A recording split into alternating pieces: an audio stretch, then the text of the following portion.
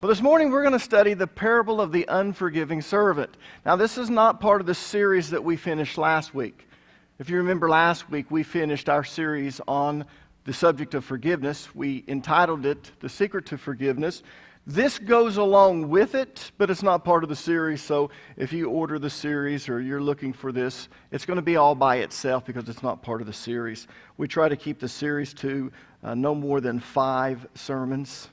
Then every once in a while there's something I want to throw in, so I don't include as part of the series, but it's very close to it. Anyways, this is a long passage of Scripture we're going to read. The parable is found in Matthew chapter 18, verses 21 through 35, so if you don't mind, just follow along with me as I read it.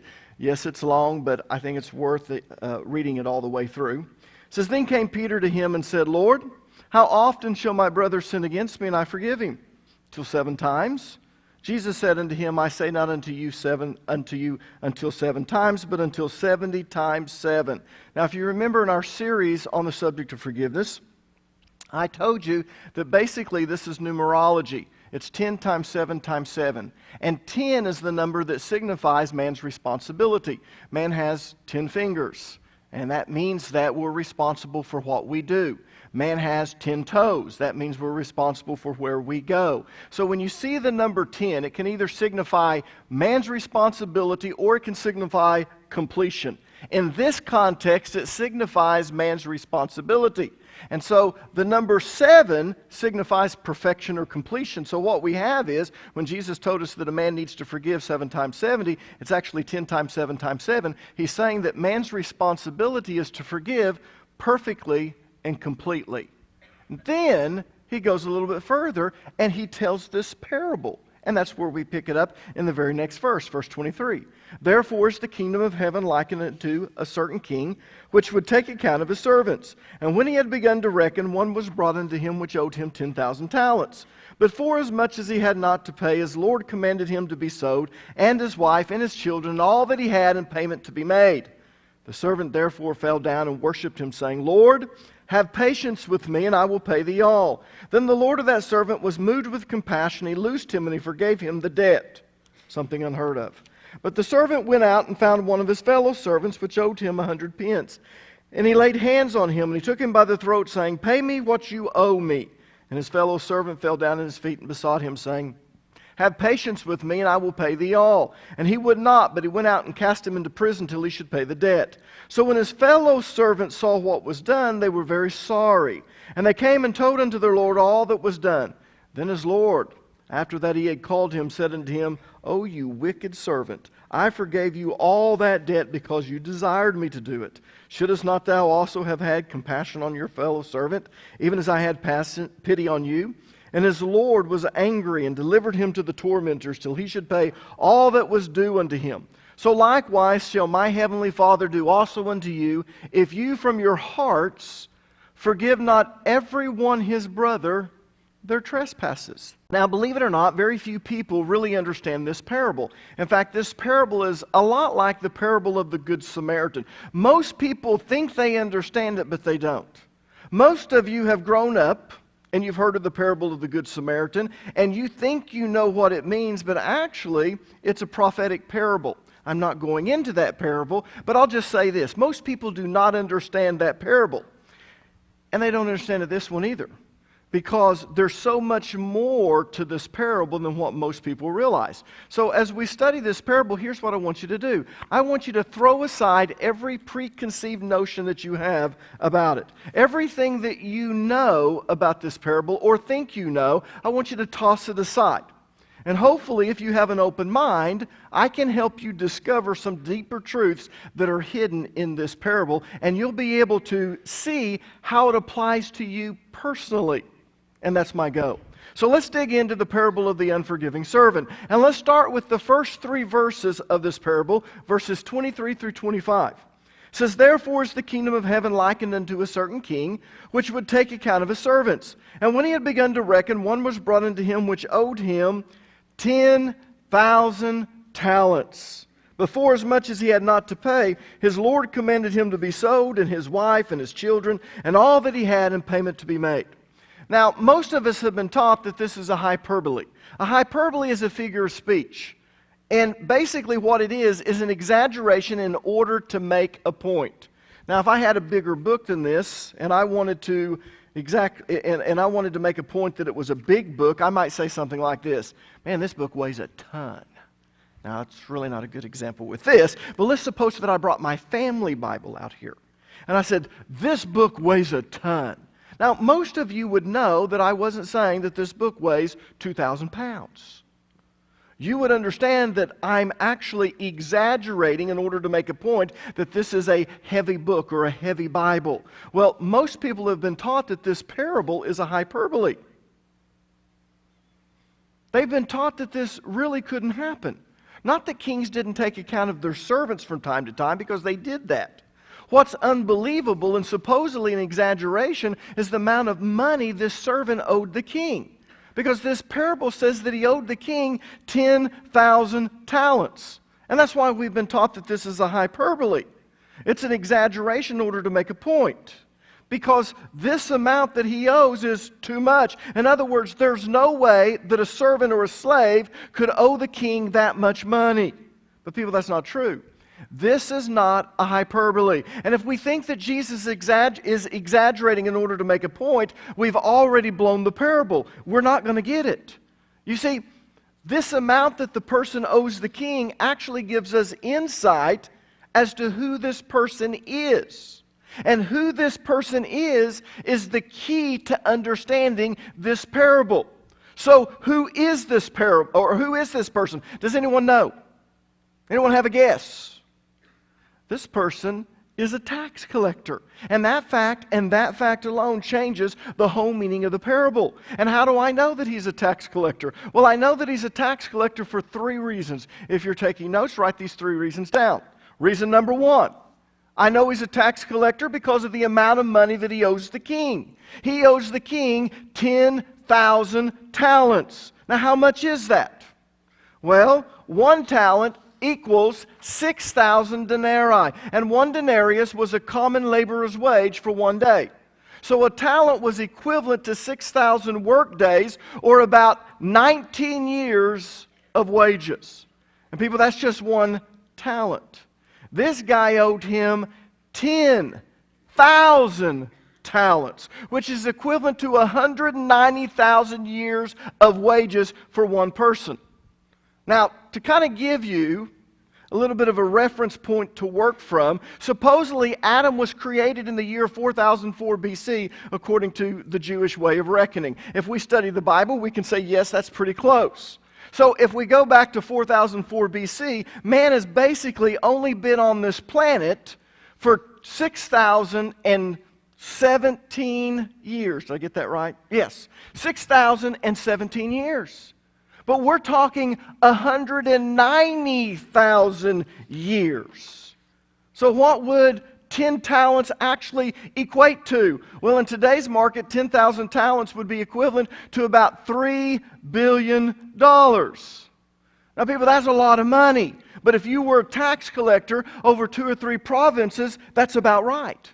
You see, according to Josephus, which was a Jewish historian around the time of Jesus Christ, or shortly after Jesus Christ, according to him, after Pompey conquered Palestine in 63 BC, he exacted 10,000 talents in taxes. So my point is this: though this number is great, it's not unrealistic. In fact, it's very realistic for a tax collector over several provinces. The second reason I know that this guy is a tax collector is because he's referred to as the king's servants. I want you to underline the word servants in verse 23. Let's read it again. Therefore is the kingdom of heaven likened unto a certain king, which would take account of his servants. Now, that phrase, take account, is actually an accounting term. These servants dealt with money, and in the parable, they're dealing with the king's money. But the word servant is actually translated from the Greek word doulos, and it means slave. Now, let me ask you a question. What slave would be able to borrow 10,000 talents or $3 billion from his master? There's no way a slave could do that. But tax collectors were referred to as the king's servants or the slaves because they worked for the king. And that's why they had the authority to take money from the people. They were collecting on behalf of the king, and they were considered to be the king's servants. In fact, that's how you referred to them. Let me just go a little bit further and explain something. How many of you know that Matthew was a tax collector? Do you remember the disciple Matthew? He was a tax collector. In fact, he actually collected taxes at the toll booth. When you went from one area to another, you had to pay the toll. And so he was a tax collector. But here's what's interesting. He did not report to the king. He didn't have to go to Rome. He didn't have to give his money to that person. Actually, he had to give his money to a person that was known as the king's servant. The king's servant was the one who was the tax collector for the king, who had all these little tax collectors underneath him. They were referred to as tax collectors. He was the big guy. And the big guy was referred to as the king's servant. He had the authority to collect the money for the king. So, that's what I'm trying to let you know, is this terminology is the terminology that would have been used for the tax collector. And last but not least, I know that this person is a tax collector because of the word debt that's used in verse number 27. Go back to verse number 27, let's read it, and I want you to underline the word debt. Very unusual word. Then the Lord of that servant was moved with compassion, and he loosed him, and he forgave him the debt. Now, the word debt is translated from the Greek word danion, and as I said, it's a very unusual word. In fact, this is the only time that it's ever used in the New Testament. And basically it referred to a loan, but if you want to get technical, it actually referred to a promissory note. And that's exactly what they referred to a tax collector's debt as, a danion. Because this man promised the king that they would raise X amount of taxes. You see, a province was assigned to a tax collector with the highest bid. And the tax collector was required to turn into the government the amount that he promised. In other words, the bid amount. But he was allowed to keep all of the surplus that he collected. So what you would do is you would have these very wealthy people, and they would come into the services of the king. They would become the king's servant. And they would say, I promise, or I bid, I'm making this bid that I can raise this amount of taxes in these 3 provinces. And that was a danion. And that's my point.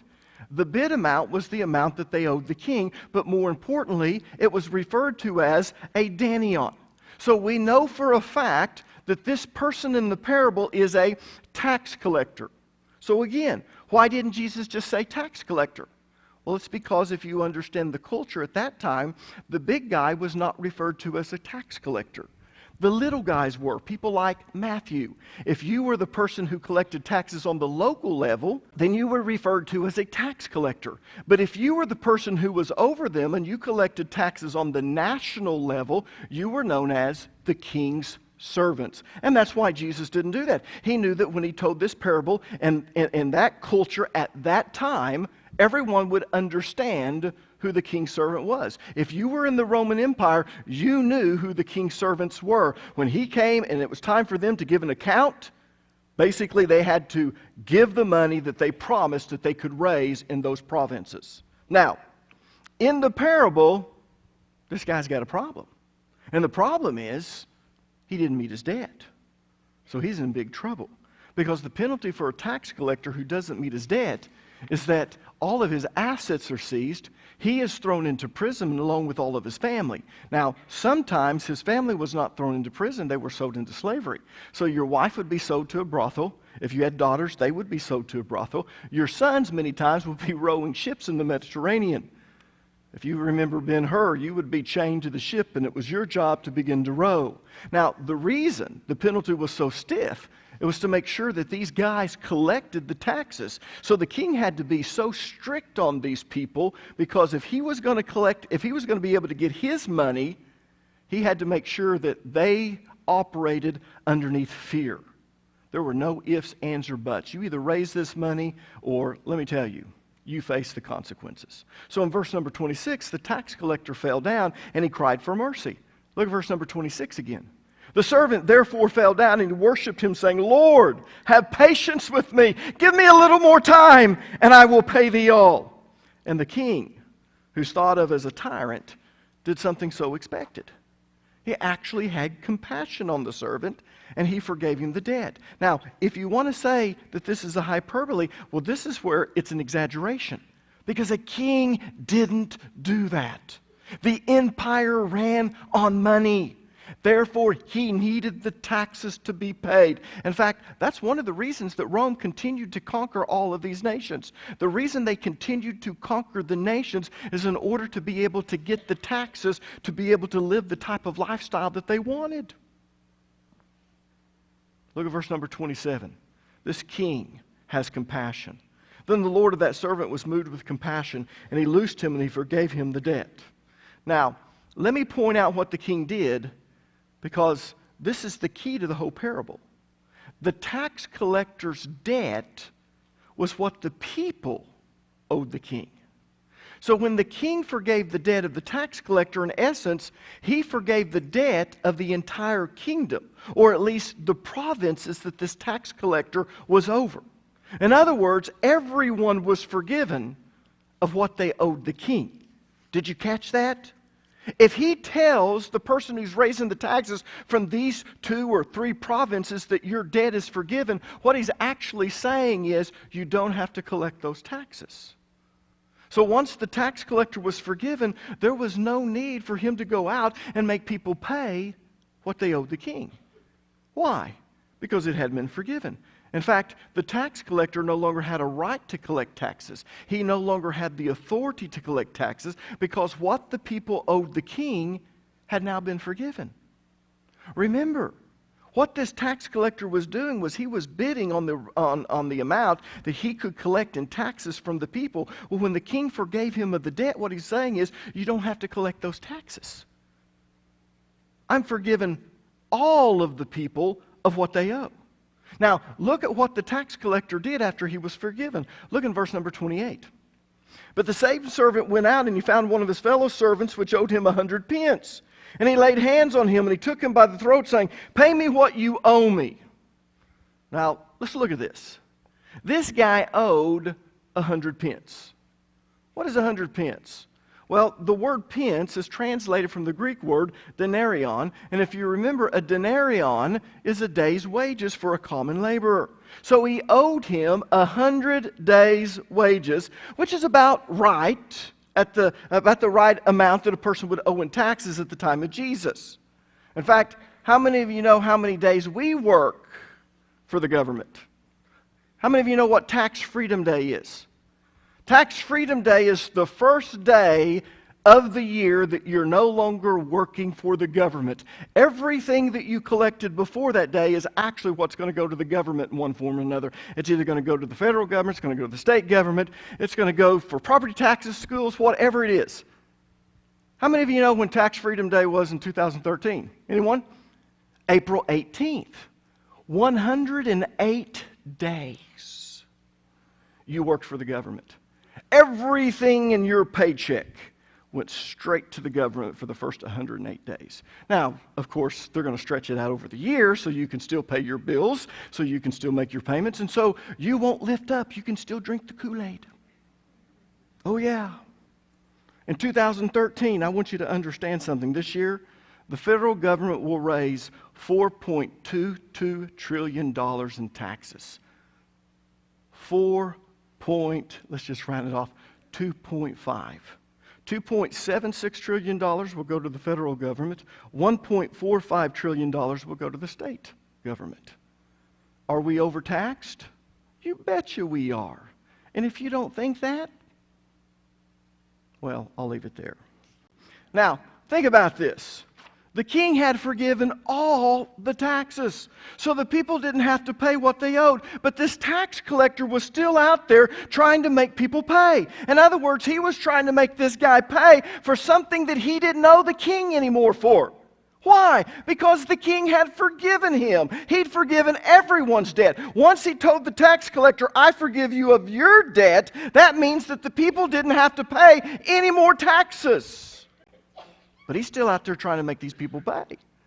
And the king gets mad when he finds out that this guy's still trying to make these people pay a debt that they no longer owe. Look at verses 32 through 35.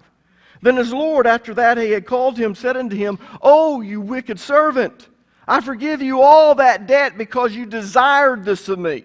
Shouldest not thou also have had compassion on thy fellow servant, even as I had pity on thee? And his Lord was angry, and he delivered him to the tormentors, till he should pay all that was due unto him. So likewise shall my heavenly Father do also unto you, if you from your hearts forgive not every one his brother their trespasses. Now, let me tear this apart, because there's a few things in here you really need to pay close attention to. Because in the spiritual kingdom, we're operating under the very same system that this parable is based on. But I want you to notice what happens. I want you to look at the phrase in verse number 33, shouldest not thou have had compassion? Now, that's a horrible translation, because in the original Greek, this sentence starts off with the Greek word die, and it literally means it is necessary. Now, it's put in the form of a question. So basically what the king is saying to the king's servant, to this tax collector, he's saying, didn't you think it was necessary to show mercy to them as I did to you? In other words, he's telling him, this is not an option. When I forgave you, I forgave them. And it was necessary for you to forgive them also, because you don't have the authority to make people pay anymore. With the debt forgiven, I've taken away your right to collect taxes. You need to understand something. The reason he was called the king's servant is because he was not supposed to be working for himself. He was supposed to be working for the king. He was collecting taxes for the king. He was doing it under the king's authority and the right that the king had given unto him. But when the king said, I forgive you, in other words, you don't have to turn this money in, he no longer had the right or the authority to collect taxes. Now, that's the parable. That's the story. So let's apply the rules for interpreting parables now that you understand the story. One of the rules is this: parables are allegorical in nature. That means that the people, things, or events in the parable are symbolic. So who does the king represent in this parable? God. Now, when God forgave the tax collector, in essence, he forgave the entire kingdom, or at least the provinces that this tax collector was over. Because in reality, all the tax collector really did was collect what everyone owed the king. So in essence, he took away his right or his authority to collect taxes. So it became necessary. There's that Greek word die. So it became necessary. It's not an option for him to forgive others of their debt. In fact, if he did try to collect, he wasn't collecting for the king anymore. He was collecting for himself. And he didn't have the authority to do that because all of his authority came from the king. So basically, once the king forgave the debt, he no longer had the authority to make people pay the debt that they owed the king. So he was doing something he had no right to do. Now, let's apply the parable to us personally. The king is God. The tax collector is us. And our debt has been forgiven by God. And others are people who owe a debt to God also. But God has forgiven everyone of the debt they owe him. So we no longer have the authority to make people pay on the debt that they owe to God or the little bit they owe us. Remember, the tax collector made people pay more than they owed the king, and the reason he made them pay more than they owed the king is so that he could collect. But when he was forgiven, he no longer had the right to collect from them, but it also meant he didn't get what they owed him, the little bit he could extract from them. So, here's the big question that God wants us to ask ourselves. If God has forgiven everyone in the kingdom, why are we still trying to make others pay for their sin? Because we have no right or authority to do that. In fact, God has taken away our right. When we stood before God and we said, God, we owe a debt we can't pay. Be patient with me. Be merciful to me. And God did have compassion and He forgave us of our debt. Here's what's interesting. When He forgave us of our debt, He took away our right, our authority to extract from other people what they owe to God, especially the little bit that we get on top of it. Now, some of you are probably thinking, well, if someone does something against me, they owe me. No, they don't.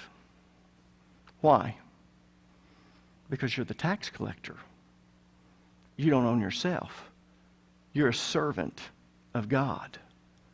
That's the phrase that's used. So ultimately, all sin is against God. People, we need to understand something. All sin ultimately is against God. It's a breaking of His commandments. Now, I might sin against you, but you need to understand that ultimately that sin was against God because I broke His commandments in what I did to you. Does everyone understand what I'm saying? If I come and I do something against you, I can guarantee you the sin is greater against God. And the reason the sin is greater against God is because I had to break His commandments in order to do that against you. So ultimately what I owe is to God. Now, most of us are tax collectors, and we're going in and we're making people, well, you broke this commandment when you did this to me, and we're wanting them to pay God. And so we come to God, and God says, well, let's talk about your debt. Oh, God, forgive me. And He says, okay, I forgive you, but when I forgive you, I take away your authority, your right to collect from others. And we don't get that many times. We don't realize that when God forgave us, it became necessary for us to forgive others because ultimately all sin is against God. It's a breaking of His commandments. And so when God forgives, then He forgives completely. And He says, you don't have to pay that anymore. And we get upset. We go, well, you might not have to pay God, but you've got to pay me. Right? And God hears that you're out collecting against people. Wait a minute. You're collecting what people owe you. Then He comes and says, come back in here. Didn't I forgive you of everything? Well, yes, you did. And when I did that, did I not take away your authority or your right to collect from others? Well, yeah. And see, most of us don't see that. That's why vengeance belongs to the Lord. It's because when God forgave us, He took away our right or our authority to extract from others. That's why we're commanded to forgive others. And as you go through the New Testament, we're continually told to forgive even as we've been forgiven, because we no longer have a right or the authority. Now, if you want to try and work your way to heaven, if you want to pay for your own sin, then you can make others pay. But I promise you, you don't want that. You want to be forgiven. And that's what this parable is trying to teach us, that we no longer have the right or the authority from God to make people pay because He's forgiven them of their sin. Now when you want to get from them, you're just wanting to get the little bit that you feel like they owe you. People, you don't want to go there because God's forgiven you.